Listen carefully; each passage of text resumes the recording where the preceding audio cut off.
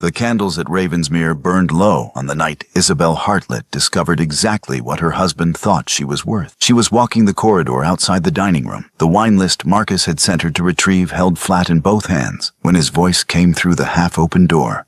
Clear, easy, made to carry across a table of pleased guests. She stopped, not because the words were so terrible that her legs failed her, but because the laughter that followed them was immediate and collective. The kind of laughter that tells you the joke landed perfectly, that the room understood it at once, that no one at that table paused to wonder whether it should have been said. Lady Vespera Croft's laugh was the highest and the last to fade. Isabel stood in the corridor with a wine list in her hands and looked down at the paper, then at the cold stone wall beside her, then at the small side table near the door. She set the wine list on the table. Then she turned and walked back toward the east wing, her footsteps even on the stone, her face composed, because there was no one in the corridor to compose it for. And she had learned, in 33 years of life and 18 months of marriage, that composure in an empty corridor is not performance, but practice. She had gone to retrieve the list because Marcus asked her to. She had left the table quietly, as a good hostess leaves a table, with a murmured word to the guest beside her, no fuss, no drama. She had walked the corridor in the familiar cold of Ravensmere's North Passage, past the portraits of Hartlett men whose eyes all tracked slightly left, past the cabinet where the second footman always left a candle burning too close to the curtain edge. She had been thinking, she recalled now, about whether the Bordeaux they had opened was the correct vintage, or whether someone had mislabeled it at the cellar door. She had been thinking about nothing that mattered. And then Marcus's voice had come through the door. "I shall tolerate her," he had said, in the easy, expansive tone he used when he was performing for a room he liked, "until she gives me a son. After that, I imagine we shall both breathe considerably more freely." The table had laughed. Vespera Croft had laughed longest. Isabel walked back to the east wing. She did not go to her rooms. She went to the estate office, the small, slightly cold room at the end of the east corridor that she had made her own in the first weeks of the marriage. Not because anyone assigned it to her, but because no one else wanted it. And because the ledgers stacked against its north wall represented a problem she could see how to solve. She lit the lamp. She sat down. She opened the month's accounts, which were 3/4 closed and needed only the final column to be totaled and checked. She totaled the column. She checked it twice. The household's solvency did not pause for her humiliation, and she found, in that fact, something that was almost a comfort. Not warmth, not relief, but the firm, reliable surface of useful work, which had never once let her down. The number balanced. She wrote it in the ledger in her careful, small hand, closed the book, and set it on top of the others. Then she sat for a moment with her hands flat on the desk and thought about what she had heard, not because she needed to examine it further, but because she wanted to be certain she had heard it clearly, that she was not distorting it in either direction, not making it worse than it was, not finding a way to make it less. She had heard it clearly. It was not worse than it was. There was nothing to make it less. She had married Marcus Hartlett 14 months after her father's death, when her brother Edmund had assumed guardianship of her person and her modest portion with the focused, methodical enthusiasm of a man who had always resented her presence in a house he considered his. Edmund was not violent. He was something more grinding than violent. He was certain and patient, and he had a talent for reducing the space a person occupied until they could no longer move without his permission. Isabel had understood, within 3 months of her father's death, that she would need to leave. She had looked at her options.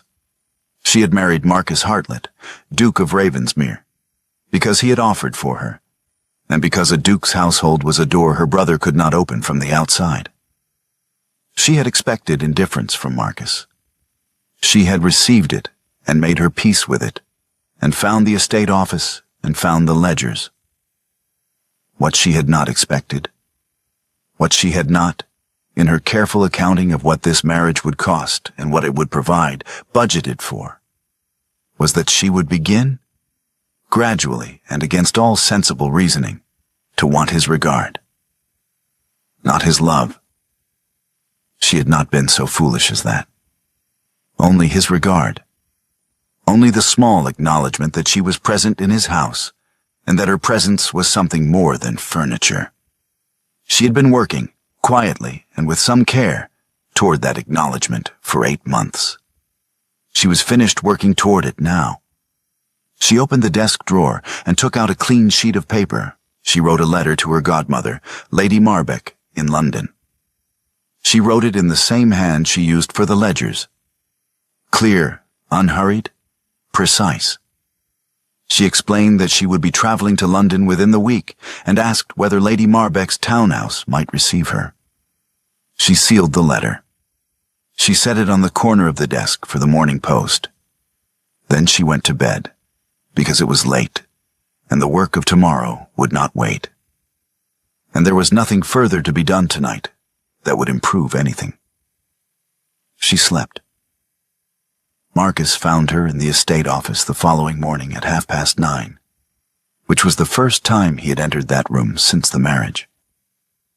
He came in without knocking, not from rudeness exactly, but from the simple fact that it had not occurred to him that the room required it.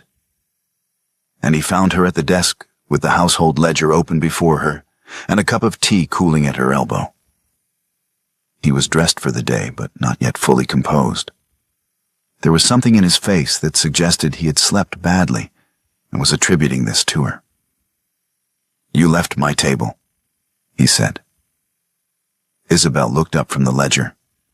She looked at him directly, which she had always done, and which he had always, she now understood, taken as a form of blankness, a surface that returned his gaze without offering anything behind it. "I did," she said. "3 of those guests are people I need, Isabel. Leaving without explanation it reflects on me. It reflects on us both." "Yes," she said. "I imagine it does." Marcus moved into the room, glancing briefly at the shelves of ledgers with the mild, incurious expression of a man passing a room full of tools he has no occasion to use. "I don't know what possessed you. If you were unwell, you might have sent word. Instead, you simply vanished, and I had to invent an excuse that satisfied no one. And Vespera." "I heard you," Isabel said. He stopped. "Through the door," she said. "I was returning with the wine list you asked for. I heard what you said to the table." Marcus was silent for a moment. He had the look of a man who has been told a piece of information and is deciding how much of it to acknowledge. "It was a joke," he said finally. "The kind of thing men say at dinner. No one takes it seriously." "I know no one takes it seriously," Isabel said. "That is rather the point." She closed the ledger. She set it on the stack beside her with the same care she always used, spine-aligned, cover flat. "I am going to tell you one thing before I leave, Marcus, because I think you should have it clearly. I heard you. You were right. And you will have none of it." He frowned. "What do you mean, none of it?" "None of it," she said again. "Not my tolerance. Not a son. Not the convenience of my presence in your house. I wrote to Lady Marbeck last night. I will be gone by Friday." There was a silence in the estate office that had a particular quality. The quality of a man registering, for the first time, that a piece of furniture has declined to remain in the room it was placed in. Marcus looked at her. He looked at the ledgers. He looked at her again. "You cannot simply leave," he said. "I can," Isabel said. "I have my settlement. I will take nothing else." "Isabel." "I will not discuss it further," she said. Her voice was not raised. It was the same voice she used for the ledgers, for the correspondence, for the household accounts. Level and exact, and carrying the particular authority of a person who has already done the arithmetic and knows what the number is. "Good morning, Marcus." He left. She did not know whether he left because he accepted what she had said, or because he had no vocabulary for the moment, no script for a conversation in which the furniture speaks back. She suspected the latter, but it made no practical difference. She had said what she came to say. By Friday, she was gone from Ravensmere, traveling south in the estate coach with one trunk and her personal effects. The ducal jewels, the heartlet diamonds, the sapphire parure, the pearl drops she had worn at every formal dinner. She left in their cases on the dressing table, arranged neatly, each case closed. She left nothing else behind that was hers. She took nothing that was not. Lady Marbeck's London townhouse was everything Ravensmere was not. It was warm to begin with. Warm in the specific way of a house where fires are kept burning not for appearance, but for the comfort of the people living in it. It was also loud, in the best possible sense. Loud with conversation, with the sound of pamphlets being argued over in the morning room, with the voices of visiting scholars and reformers and writers who arrived at all hours and stayed until the tea ran out. Lady Marbeck herself was 71, sharp-tongued, deeply fond of Isabel, and entirely unimpressed by dukes as a category. "You look," Lady Marbeck said, on the evening of Isabel's arrival, studying her goddaughter across the sitting room with a direct gaze she applied to everything, "like a woman who has been doing someone else's work for a year and a half and has only just noticed she wasn't being paid." "I noticed before," Isabel said. "I simply chose to continue." "Yes," Lady Marbeck said, "you would." She poured the tea herself, which she always did when she wanted a conversation to go a particular way. "Well, you are here now. We shall find something useful to do with you." Within a fortnight, something useful had found Isabel on its own. Lady Marbeck's household moved through a network of correspondence circles and salon gatherings where the currency was intelligence and the exchange rate was unusually fair to women who possessed it. Isabel attended her first salon at the house of a Mrs. Caldwell in Mayfair, sat quietly for the first hour, and then answered a question about the management of agricultural debt with such precision that the man who had asked it, a member of Parliament with estates in Lincolnshire, turned to her and said, with genuine bewilderment, "Where did you study?" "I did not study," Isabel said. "I worked." By the end of the month, she was receiving correspondence from 3 separate households asking for her advice on estate management. She answered each letter in the same clear hand she used for everything. She did not charge for the advice. She did not need to. She had her settlement and Lady Marbeck's house, and for the first time in her adult life, she was visible in a way that had nothing to do with whose wife she was. At Ravensmere, Marcus opened the estate books for the first time in his life, and discovered that they were not, as he had vaguely imagined, a record of numbers that more or less sorted themselves into cents. They were a complex, interlocking system of accounts, correspondence files, creditor records, and projections that required not merely literacy, but a specific kind of literacy he had never developed. He could not make a single column balance. He tried for 4 hours and produced 3 different totals for the same set of figures, none of which agreed with each other. Society, meanwhile, had noticed that the Duchess of Ravensmere was living apart from her husband. Society had opinions about this. The opinions were not on the whole flattering to Marcus, and they were delivered with the particular social amusement that attaches itself to a man who has made a joke that has turned out to be on him. Marcus wrote to Isabel first, in the second week of her absence. The letter arrived at Lady Marbeck's house on a Tuesday morning, and Isabel read it at the breakfast table while Lady Marbeck watched from behind her newspaper with the expression of a woman pretending not to watch. The letter was written in the tone of a duke issuing a correction. It explained that Isabel's absence was causing inconvenience and comment, that her duties as Duchess of Ravensmere were not optional, and that he expected her return within the fortnight. Isabel set it aside and continued her breakfast. The second letter arrived 10 days later. This one was shorter and less certain of its own authority. It asked, with visible confusion that had not quite resolved into a question, why the Michaelmas accounts were filed under a system he did not recognize, and whether there was a key to the reference numbers she used in the correspondence files. Isabel did not answer this letter either. The third letter was different. It arrived on a Wednesday, written in a hand that had none of the expansive ease of his usual correspondence. Tighter, more careful, as though he had written it slowly. He asked about a single account entry, a payment to a firm of solicitors in the city, dated 11 months ago, for an amount that seemed to him very large and whose purpose he could not identify from the notation she had used. He asked nothing else. He offered no context, no preamble about her duties or his expectations. He simply asked about the entry. Isabel read this letter 3 times. Then she wrote back, in her usual hand, and answered only the question he had asked. The payment was a legal fee for the restructuring of a long-term creditor agreement, she wrote. The notation referred to the file marked CR7 in the third cabinet from the door. If he could not locate the file, it was also cross-referenced under the creditor's name in the correspondence box on the second shelf.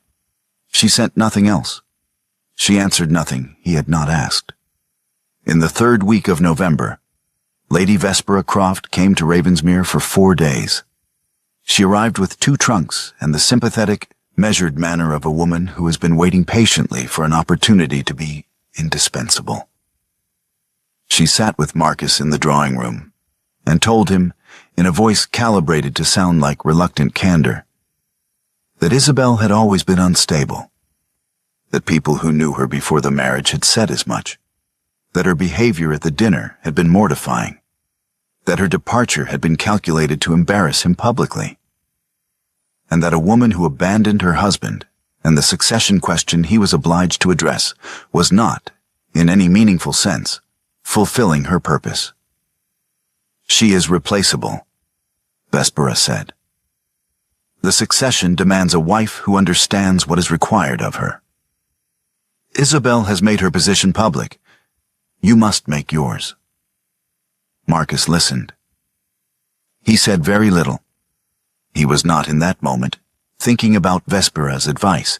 He was thinking about the file marked CR7 in the 3rd cabinet from the door, which he had spent 2 hours searching for and had finally located, and which contained 47 pages of correspondence that he did not entirely understand, but which had the unmistakable quality of something that had mattered enormously to someone who had handled it with great care. He traveled to London 10 days later, on a Tuesday, in steady rain.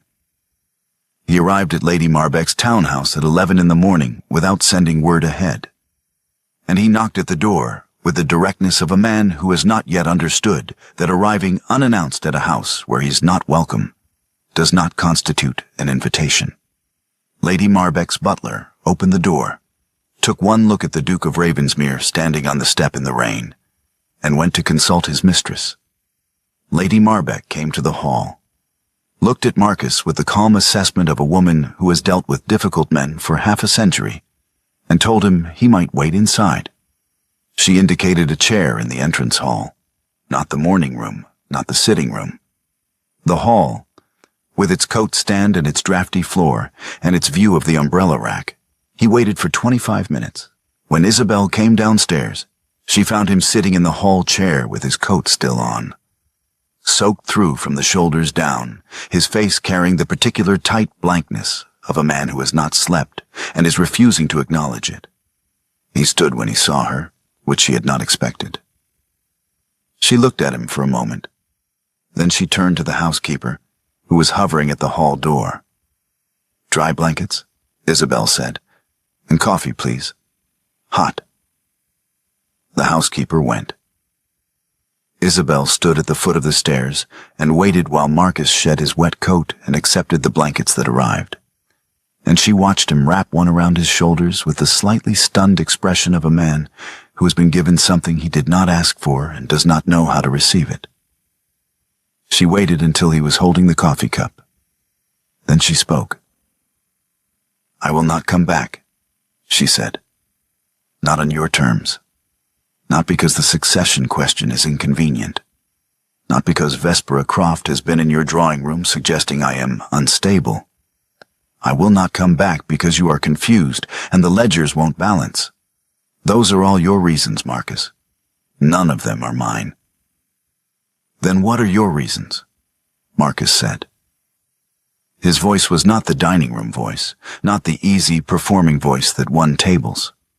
It was quieter and less certain of itself. "I don't have any yet," Isabel said. "That is what I am trying to find out." He left.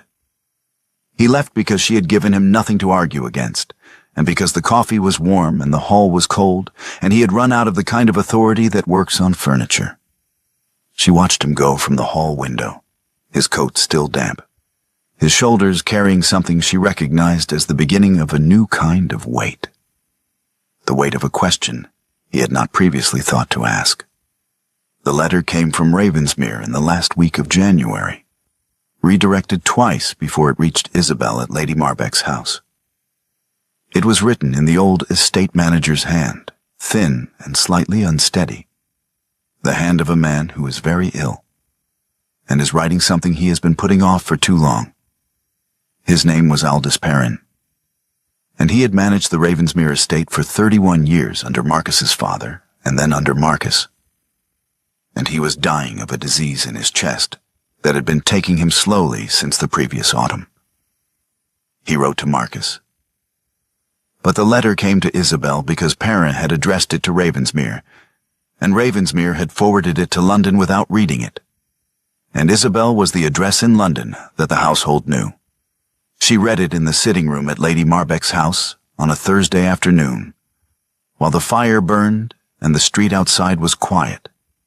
Perrin wrote that he could not go to his death carrying what he knew. He wrote that the Duchess, he called her the Duchess throughout, never Isabel, always the formal title, with a respect that she felt in her sternum as she read, had come to him in the 3rd week of the marriage, when she had found the estate accounts and understood what they contained. She had found, in those accounts, evidence of a debt structure so badly mismanaged that the estate was 3 months from a forced auction. An auction that had been scheduled, quietly and without Marcus's knowledge, for a date 3 weeks after the wedding. Perrin had known. He had been managing it for 2 years and failing. He had told no one because he did not know how to tell the new Duke that he had inherited not a title, but a crisis. The Duchess had known within a week of reading the books. She had sat down with Perrin and gone through every creditor, every outstanding obligation, every piece of correspondence. Then she had proposed a restructuring plan that Perrin had not thought possible. She had written every letter herself, to every creditor, to the solicitors in the city, to the banking house in Lombard Street. Written them under Perrin's name, in his voice, because a letter from the estate manager carried authority a letter from the new Duchess would not.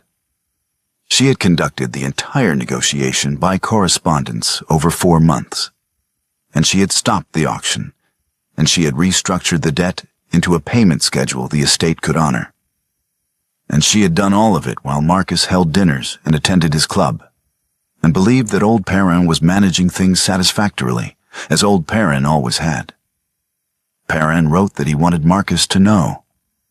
He wrote that he was sorry it had taken him so long to say it. He wrote that the Duchess was the best financial mind he had encountered in 31 years of estate management, and that he had been proud to lend her his name. Isabel read the letter to the end. She held it for a long moment, feeling the weight of it, not the paper, but what it contained, what it would do if she sent it forward, what it would mean for Marcus to receive it. She She thought about that. She thought about what it would look like. The letter arriving, Marcus reading it, understanding arriving from outside him, delivered by a dying man's guilt. She thought about what his regard would be worth if it came to him that way. If he saw her clearly because someone had handed him a document that opened his eyes. She crossed to the fireplace. She held the letter to the flame at its corner and watched it take. She did not do this to protect Marcus. She did it because she refused to be revealed to his good opinion. If he was ever to see her, he would have to do it himself, without being handed the evidence. The letter burned completely. She set the ash at the back of the grate. 2 days later, she was at Ravensmere, because Perrin had sent word separately through his housekeeper that he was very near the end. And she had come, not for Marcus, not for the estate, but for the old man who had trusted her with his name and his professional honor, and had never once, in all those months of correspondence, made her feel that what she was doing was anything less than exactly what the situation required. She sat with him through the afternoon and into the evening. Marcus arrived at Ravensmere that evening. She did not know he was coming, and found her in the chair beside Perrin's bed at 3 a.m. The lamp turned low, the room quiet, except for the old man's difficult breathing. Marcus stood in the doorway for a moment. Then he came in, without performing anything. No explanation, no announcement of his presence, and pulled the second chair to the other side of the bed and sat down. They did not speak. There was nothing to say that the room did not already contain. Near dawn, when the darkness outside the window had begun to thin at its edges, Marcus's hand moved from the arm of his chair to the arm of hers and came to rest on her hand. She looked down at it. She did not move her hand away. Aldous Perrin died as the sun came up, in the quiet way of a man who has said what he needed to say and has made his peace. Isabel and Marcus were still sitting together in the gray morning light, and neither of them moved to separate, and neither of them spoke about it, and the day began. Marcus went to the city in February, on his own, without telling Isabel or anyone else what he was looking for. He had been in the city before, of course. He was a duke with investments and a banking house and the usual financial entanglements of a man of his rank. But he had never been to the city to trace the history of his own rescue. And he had never sat across a table from a solicitor and asked to see correspondence that had been conducted under another man's name. He went to the first firm, Carver and Lowe in Threadneedle Street, and asked to see the records of the Ravensmere estate negotiations from 2 years prior.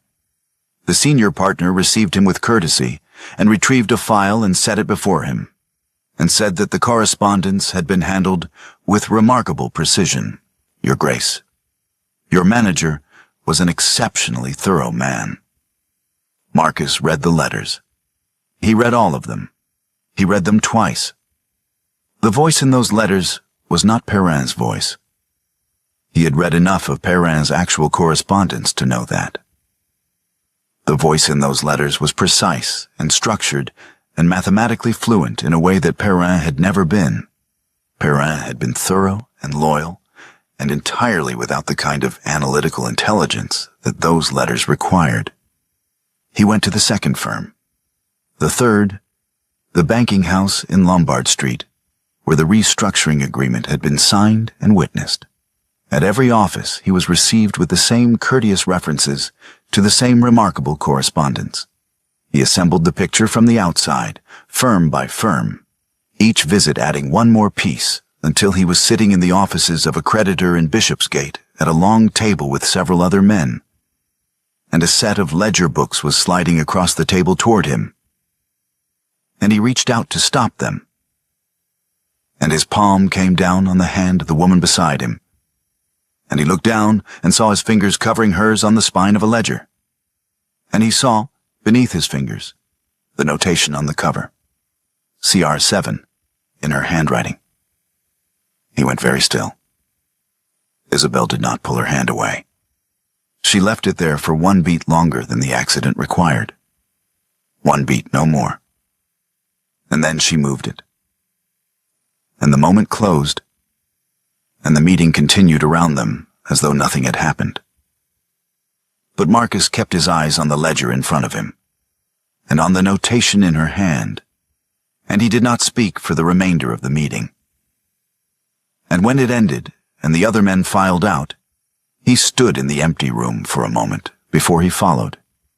He now knew who had saved Ravensmere.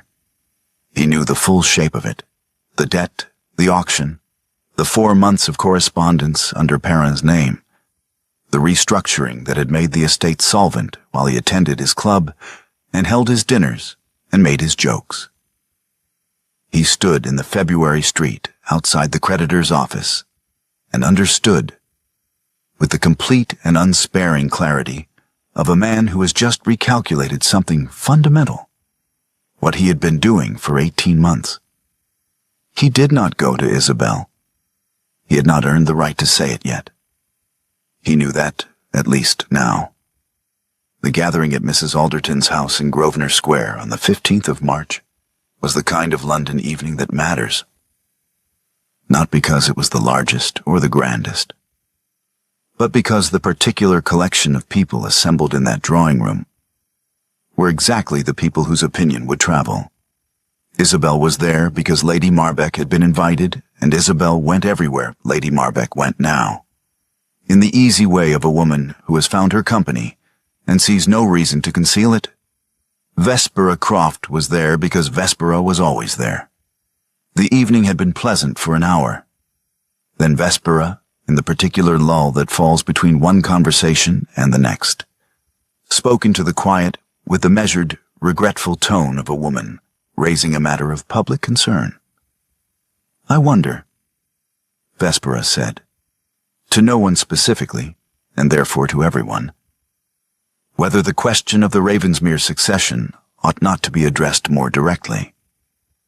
It is a matter of public record that the Duchess has been living apart from her husband for some months.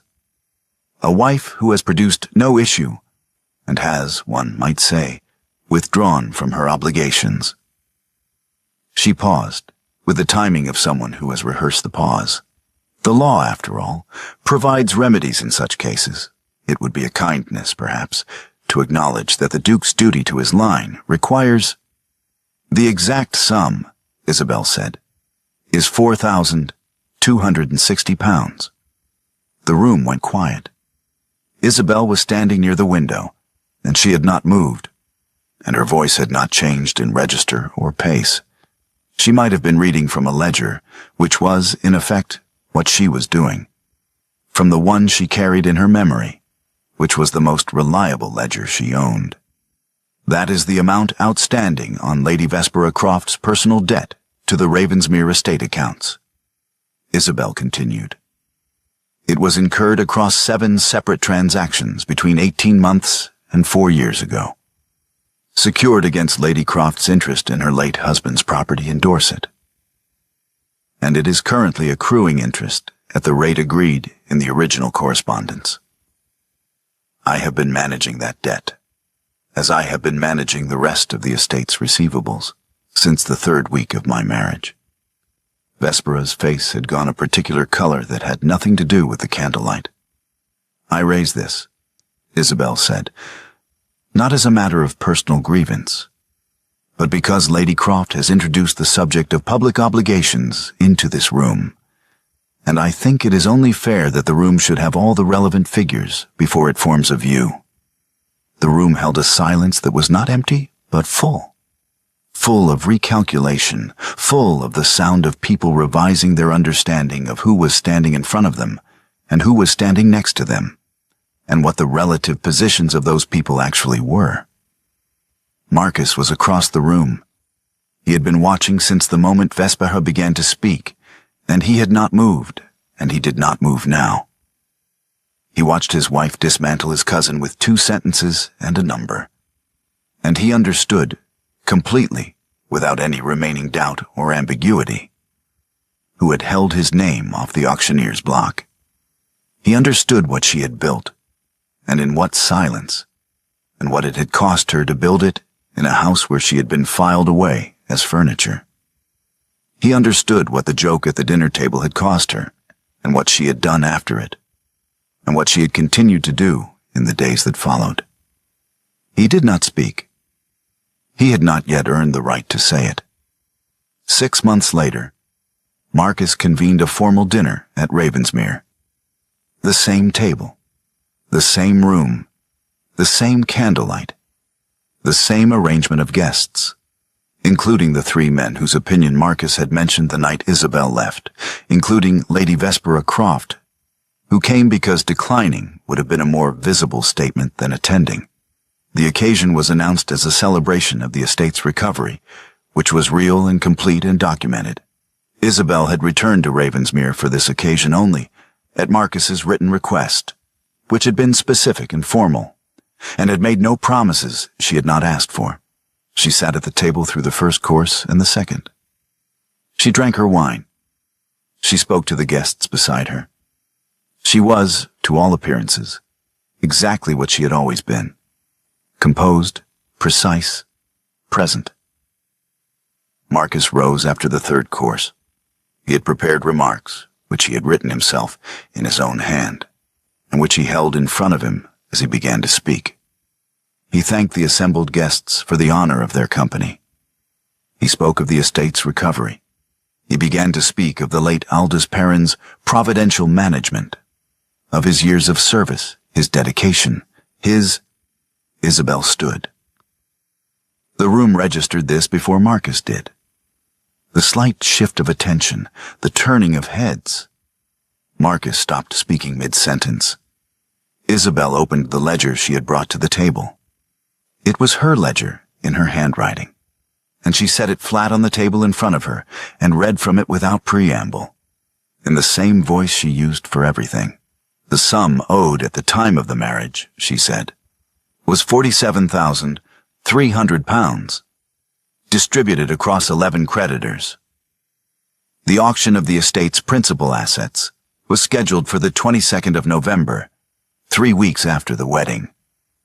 The creditor correspondence that reversed the auction began in the 4th week of October and was concluded in February of the following year. The restructuring agreement was signed in March and is currently in its 2nd year of payment. She turned a page. The names of the creditors, the terms of the agreement, and the complete record of correspondence are held in the estate office in the files marked CR1 through CR11. They are available for inspection by anyone in this room who wishes to verify these figures. She closed the ledger. She set it on the table beside Marcus's prepared remarks, so that they lay side by side, his pages and hers, and the room could see them both. "I require nothing further from this estate," Isabel said. She looked at Marcus, and her voice did not change, and her gaze was the same direct gaze she had always given him, the one he had always taken for blankness. "Nothing further, including a son."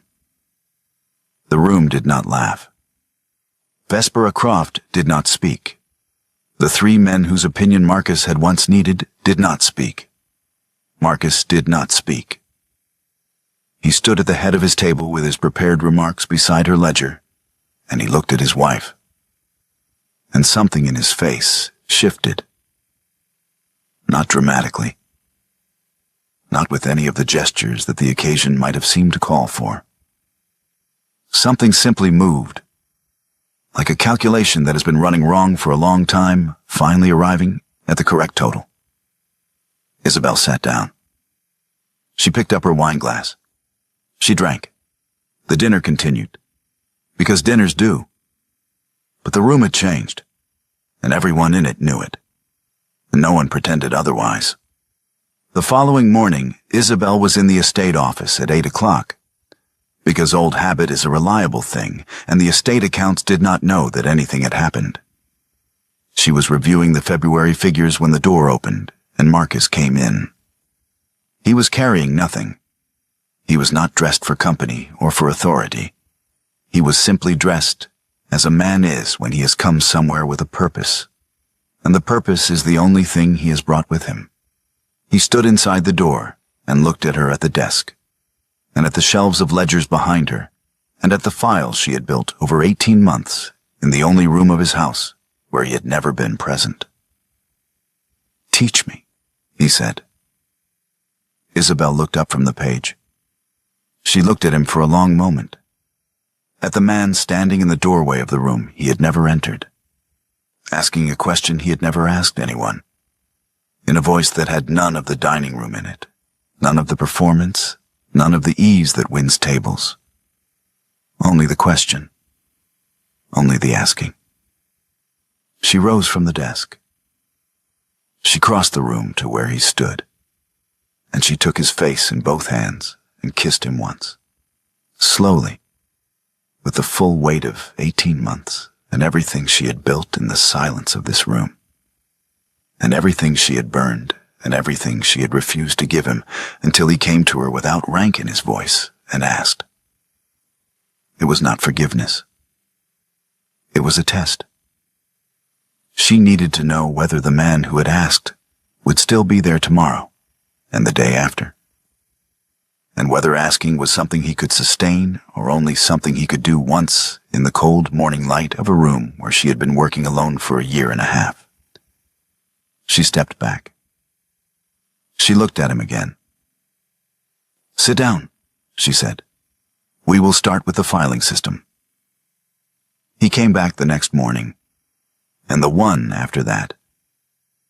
He did not court her with gestures or declarations. He did not arrive with flowers or with speeches that had been rehearsed for effect.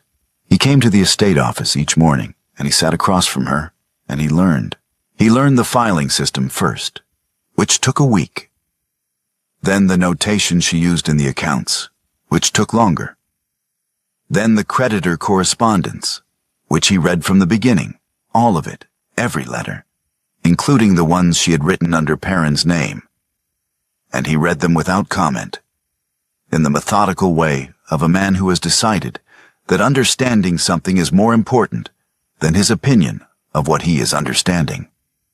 In the third week, he asked her to show him how she had identified the creditor problem in the first place, what she had seen in the accounts that had told her something was wrong. She showed him. He asked 3 questions. She answered them. He asked 2 more. She answered those. He did not say anything that was not a question or an acknowledgement of an answer. And she found, in that discipline, something she had not expected from him. The evidence that learning was costing him something, and that he was paying it anyway. He signed a formal document in the 4th week, prepared by the family solicitor and distributed to the household and to the relevant financial parties, formally ceding written authority over the Ravensmere estate finances to the Duchess. He announced it at breakfast, in front of the household staff, without ceremony and without the tone of a man making a gracious concession. He announced it in the same way he would have announced any administrative fact, clearly, specifically, and without leaving room for it to be understood as anything other than what it was. The estate office was rearranged. A second desk was brought in, not smaller than hers, not placed at an angle that suggested subordination, but directly across from hers, so that they sat facing each other across the room with the window between them. His ledgers took up the right-hand shelves. His handwriting began to appear in the margins of the account books alongside hers. Uncertain at first, the handwriting of a man learning a language he should have learned 20 years ago. The letters a little too large, the numbers slightly uneven. It improved. It did not improve quickly, but it improved steadily, which was the thing that mattered. One evening in April, he set down his pen, and she closed her book, and they sat for a moment in the office with the lamp burning low between them. She looked at him across the desk. He looked at her. Neither of them spoke, and the quiet between them was not the quiet of a corridor or a dining room or a hall where someone is waiting. It was the quiet of 2 people who are in the same room for the same reason, and who do not need to fill the space between them with anything except what is already there. The lamp burned down. The room darkened by degrees. The door to the estate office stood open the next morning to the spring air. The first warm morning of the year, the kind of morning that arrives suddenly and makes the whole house smell different. Her ledger was on the desk where she had left it, open to the middle of a column she had not yet finished. Beneath her last entry, in the careful and still slightly unsteady hand that had been appearing in these margins for 6 weeks, a full column of figures ran to its final line. The total at the bottom was correct. She had checked it the night before, while he sat across from her watching her face as she read. And she had taken her pencil and made a small mark beside the figure. A tick, precise and small. The mark she used when a number had been verified and could be trusted. The corridor outside the estate office was the same corridor she had walked 18 months ago with the wine list in her hands. The same cold stone, the same candlelight reaching from the dining room at the far end. The same portrait of a heart-lit man looking slightly left. She had set the wine list on a table in that corridor and turned away. And the door she had been walking toward had closed behind her in the dark. The door she stood on the other side of now was one she had chosen to open.